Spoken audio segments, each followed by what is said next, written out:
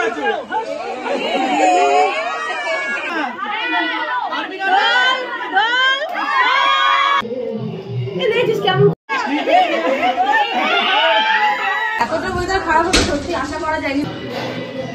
Take নিতে ভুলে গেছিলাম, অর্ধেক রাস্তা থেকে ফিরে এসেছি টেক নেওয়ার জন্য। হ্যালো এভরিওয়ান, আজকের ভিডিওটা এখান থেকে শুরু করছি। আজকে হলো দাদার বিয়ে, আর সকাল সকাল একদম ফ্রেশ হয়ে নিয়েছি ঘুম থেকে উঠে। তো চলো চটজলদি রেডি হয়ে তোমাদের সাথে একবার দেখা করছি। আর এই যে হলো সকাল সকাল আমার ফুল লুক, মানে কোনো রকমের সকালবেলা রেডি হয়ে যাচ্ছি। আর গায়ে হলুদ যেহেতু 11:30টার সময়, তো সেই জন্য ওখানে গিয়ে গায়ে হলুদের সাজটা কমপ্লিট করব। তো চলো তোমাদের সাথে দেখা হচ্ছে পরে। সকালবেলা আমি আর ভাই যখন ঘুম থেকে উঠেছিলাম তখনই মা বাবা চলে গেছিল, আমরা গিয়েছিলাম পরে অরিত্রর সাথে। আমরা যাওয়ার জন্য পুরো রেডি, এখন যাচ্ছি। আমি টেক নিতে ভুলে গেছিলাম, অর্ধেক রাস্তা থেকে ফিরে এসেছি টেক নেওয়ার জন্য। আর ওইখানে গিয়ে তো দেখি পুচকে গায়ে হলুদের জন্য একদম রেডি হয়ে গেছে। আর আমরা সবাই যেহেতু দাদার ঘরে সাজছিলাম, আর দাদার ঘরে হতো আশীর্বাদের রিচুয়ালসটা, সেই জন্য চটজলদি সকাল সকাল একদম রেডি হয়, না হলে বৌমনির বাড়ি থেকে একবার আশীর্বাদ করতে চলে আসলে আর রেডি হওয়া হতো না। আর এইখানে তো একজন রেডি হয়নি বলে ক্যামেরার সামনে আসতেই চাইছিল না, তাও জোর করে নিয়ে আসলাম। দাদার বিয়েতে অনেক অনেক অনেক মজা করবো এটাই প্ল্যান ছিল, কিন্তু গায়ে হলুদের সময় যে এতটা মজা হবে সত্যি ভাবে। আর এখানে দেখো আমার ভাই যখনই আমরা ফটো নি ভিডিও নি তখনই তার মাঝখানে এরকম বদমাইশি করতেই থাকে। আমরা যতক্ষণে ঘরে রেডি হচ্ছিলাম ততক্ষণ চলছিল পাশের ঘরে দাদার নানি মুখের পর্ব। এই যে রিচুয়ালসটা হয় এটাকে নানি মুখ বলে, আর এটা করছিল আমার বাপি। যে বলেছিলাম না সকালবেলা আশীর্বাদের পর্ব আছে, আর আমরা রেডি হওয়ার কিছুক্ষণ পরেই বৌমনির বাড়ি থেকে দাদাকে আশীর্বাদ করতে চলেও এসেছিল। মেয়ের বাড়ি থেকে সব চলে এসেছে, এবার আমরা কফি আর আশীর্বাদ সবাই সবাই চলে এসেছে। কফি রান্না করে সব মানে খাবার দিতে হবে, তাদের সেগুলো সরঞ্জাম করা হচ্ছে, দেওয়া হবে। অবশ্যই তোমাকে দেখাবো দিচ্ছি না দিচ্ছি। দিদি তো কফি বানিয়ে নিচ্ছিল, আর মা সেগুলোকে ট্রেতে সাজানোর জন্য ট্রেটাকেও রেডি করে নিয়েছিল। নে বল। দিদি বানাচ্ছে ওদিকে কফি, আর মা ওদিকে সব জোগাড় করছে, আর আমি এদিকে বসে গেছি লুচি বানাতে, মানে লুচির জোগাড় করতে। যেটুকু পারি সেটুকুই করছি। চলো তোমাদের দেখাচ্ছি কি হচ্ছে না হচ্ছে, পরে দেখতে থাকো। লুচি ভাজা তো সবই হচ্ছিল, সমস্ত অ্যারেঞ্জমেন্টই হচ্ছিল, কিন্তু তার মধ্যে ওয়েদারটার অবস্থা দেখো। খবরে আগের থেকে বলেছিল যে ওয়েদারটা খারাপ হবে, আর সেই মতো সেটা শুরুও হয়ে গেছিল। অন্ধকারের মধ্যে কারেন্ট চলে গেছে, এখন অন্ধকারের মধ্যে লুচি ভাজা হচ্ছে। কি অবস্থা খারাপ, এতটা ওয়েদার খারাপ হবে সত্যি আশা করা যায়নি। বলেছিল খারাপ হবে, জানি না লাস্ট পর্যন্ত কি হবে। আর এইখানে আমি আর দিদি যেহেতু দুজনে মিলে কফি সার্ভ করতে গেছিলাম, তো ক্যামেরার দায়িত্ব ছিল আমার ভাই। আর তোমরা ক্যামেরার টেকগুলো দেখে নিশ্চয়ই বুঝতেই পারছো, পিছন থেকে সব ভিডিও করেছে, একটা ভিডিও সামনের থেকে করেনি। সব দেখো আমাদের মাথা দেখা যাচ্ছে। যাই হোক, ও যেই ক্লিপগুলো নিয়েছে এটাই অনেক। আর ওয়েদারটা খারাপ থাকার জন্য কারেন্টটা বারবার যাচ্ছিল আর আসছিল। আর মেনলি দাদার আশীর্বাদ পর্বটা যখন হচ্ছিল, ফটোশুট হচ্ছিল, সেই সময়টাতে কারেন্ট একদমই ছিল না।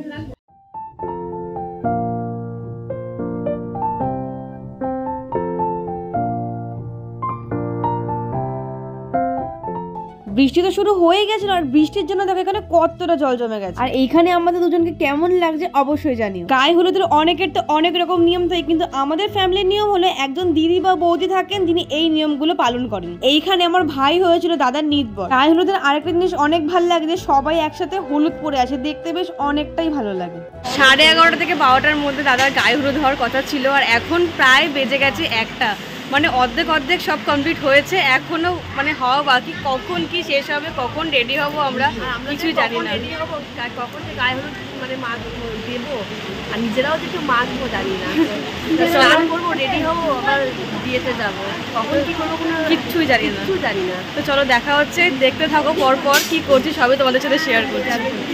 আর ফাইনালি 1000টা নিয়ম পালন করার পর শেষমেশ হয়ে গেল দাদার গায়ে হলুদ। এইখানে আর একটা নিয়ম আছে, এই দিদি বা বৌদি যিনি আছেন যিনি সব নিয়ম পালন করার পর যারা বিবাহিত আছেন তারা সবাই মিলে দাদাকে গায়ে হলুদ দিচ্ছে। 5 জন এরকম লাগে যারা বিবাহিত, আর তারাই এই নিয়মগুলো পালন করেন। আর তারা গায়ে হলুদ দেওয়ার পর তাদের নাপিতেরা নখ কেটে দেয়। আর এই পর্যন্ত তো সবই ঠিকই ছিল, আমরা সব ভালোভাবে ফটোশুট করছিলাম বোনেরা। তারপরে কি হলো দেখো।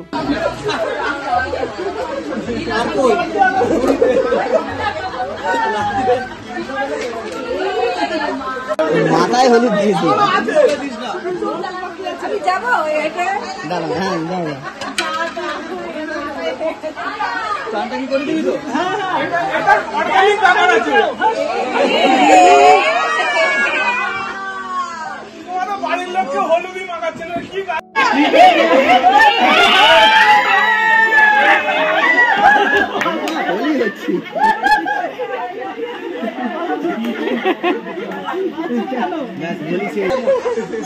দাঁড়াও দাঁড়াও, হলুদ মাখা হচ্ছে, সবাই একসাথে দাঁড়াও। ছবি তোল। দাদা সাইডে আসো।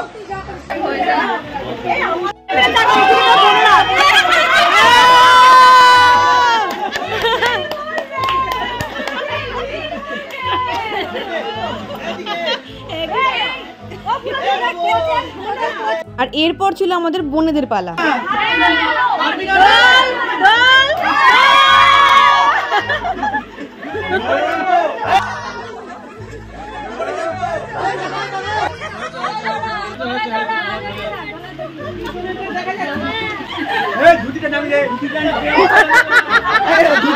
আর সবকিছু কমপ্লিট হয়ে যাওয়ার পরে পুচকে দেখো এতটা রেগে গেছে। আর এরপরে চলছিল আমাদের বোনদের মধ্যে ফটোশুট আর হলুদ খেলা।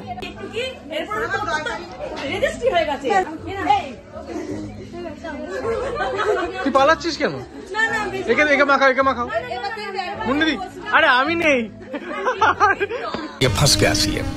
আর আমাকে হলুদ মাখানোর প্ল্যান করতে গিয়ে একজন দেখো হলুদ মেখে পুরো ভূত হয়ে গেল। সেই মুহূর্তে ভিডিও শুট করার সময় আমাদের মাথায় যা আসছিল আমরা সেরকম ভাবে ভিডিও শুট, ফটো শুট সমস্ত কিছুই করছিলাম, কিন্তু ক্যামেরাম্যানই একমাত্র জানে যে আমাদের এই সমস্ত জিনিসের আউটপুটটা কি আসতে চলে। এইখানে কিন্তু গায়ের রোদ শেষ নয়, এরপরে তাদেরকে স্নান করাতে আমরা পুকুরে নিয়ে যাই। এই দুই পাগল মিলে যে এখানে কি করছিল একমাত্র ওরাই জানে। অনেকেরই তো নিয়ম থাকে যেখানে ছাদনাতলা বা যেখানে কলাতলা হয়, মানে গায়ে হলুদটা যে জায়গাটাতে হচ্ছে সেই জায়গাটাতেই স্নান করানো, কিন্তু আমাদের নিয়মটা একদমই আলাদা। বর বউ যেই হোক না কেন তাকে একদম সোজা নিয়ে যাওয়া হয় পুকুরে আর সেখানেই স্নান করানো হয়।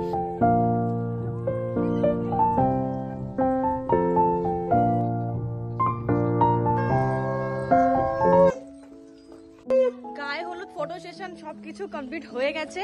এখন আমাদের নিয়ম পুকুরে স্নান করাতে যাওয়ার। তো এখন দাদাকে নিয়ে আমরা সবাই মিলে যাচ্ছি পুকুরে স্নান করাতে। তো তোমাদের বাকি প্রসেসগুলো চলো পরপর দেখাতে থাকছি।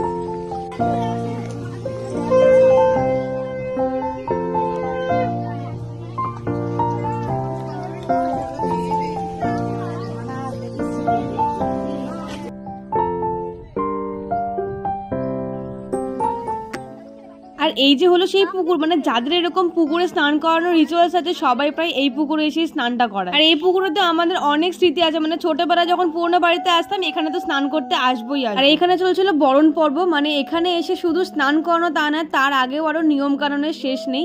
আর ভাই যেহেতু নির্ভর হয়েছিল সেই জন্য দাদার সাথে ভাইয়েরও বরণ পর্ব চলছিল।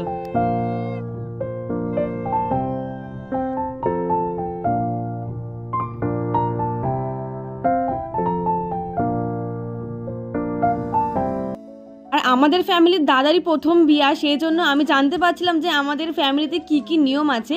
এখানে আর একটা মজার নিয়ম আছে যে স্নান করে উঠে কাউকে দেখতে নেই, সেই জন্য মা এরকম ভাবে দাদাকে গামছা চাপা দিয়ে দিচ্ছিল। আর যে দিদি বা বৌদি সব নিয়মগুলো পালন করেছেন তাকেই পুকুর থেকে এইভাবে ঘর দিয়ে এক ডুব দিয়ে জল নিয়ে আসতে হয়।